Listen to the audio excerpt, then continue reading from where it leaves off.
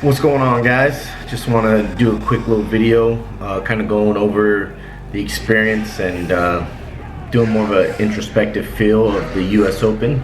I know I posted up the videos and you guys got to see the lifts, but what exactly, how did I feel about it, and what exactly happened, and things like that. So US Open, fantastic meet, great experience. Couldn't have asked for a better, well-ran, well-spotted, and I guess announced, meaning everyone kind of let you know what was going on. You knew what to expect, and they just kind of let us do our thing, and they gave us plenty of time to be able to do it and be able to progress the way we needed to through the warm-ups and into the lifts. So it was good. It was an extremely well-ran meet, strict judging, which was nice to see, and just one of those things that you had to do if you got invited to it and you didn't show up. It's either A, maybe it was an expensive trip, or B, you were just scared to show up and compete and actually walk out a squat and do things to strict judging, and that's fine. You don't really belong there anyways, I guess, if you're scared to do it.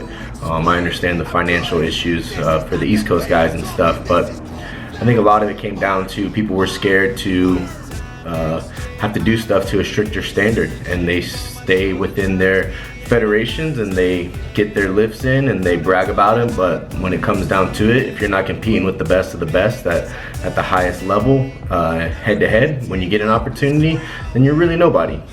Post stuff for Instagram and have your success on there, and that's cool, and it is what it is. But I do things to try to be the best at them. I do things to be competitive and try to go against people that are the best, even if I am not at their level yet. I like to think that the more chances I get to compete with these guys, the more I'll be able to take myself to that next level, because I feel like with anything, if you see it happen, you realize, you see the realization of, hey, these guys are doing it, they're not that far off from me. I should be able to get there too. So it kind of sets you up to have higher expectations of yourself. I like to think of it as the Prefontaine thing, where as soon as he broke the 4-minute mile, everyone else started to do it.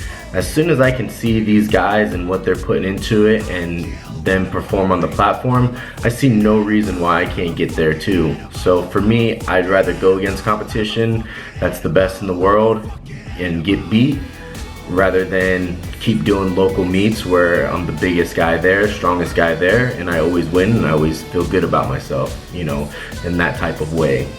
So the performance, had a great day. I feel like I did everything that I could have on that day to perform as well as I could have, meaning that the attempt selections were spot on for what my strength was that day. Were they spot on with how I trained? Probably not, because I did squat 805. So that's something that I look back upon and I think to myself, did I train the way I should have been going into it, or did I peak kind of too soon, or why didn't I get the 800-pound squat that I was shooting for? And there's a lot of circumstances that go into meet day. It could be pressure, it could be environment, it could be several different things of why you didn't get the numbers you thought you could get. So I was happy with my attempt selection. Everything went according to plan. I got to get a lot stronger. I'm excited about the off season. I was excited to be able to see everyone compete, men and women. Women definitely stole the show. 3 to 4 women over 600 Wilks, which is incredible. And they really outperformed and outshined the guys due to injuries and things like that. The guys didn't have the showing that they should have, especially in my weight class. I know Larry went down with a quad injury, Andrew tore his tricep, and Kevin has an injury in his lower back glute that caused him to not be able to lock out his deadlift. Things like that happen in meets, but you don't really expect it to happen in that kind of abundance. So it was weird to see everyone go down, especially guys that you see compete all the time that tend to not get injured. So that was interesting to see, and that kind of sheds some light into going into taking care of yourself in the off season and doing the things that you need to do to get better. I know that talking with Andrew, he knew his tricep was not in the best of shape, you know, but he was willing to push it and take that risk, and it just so happened that his third attempt, you know, it popped on him, and that's the risk you're willing to take when there's, you know, pride on the line of being the best and the greatest in the world.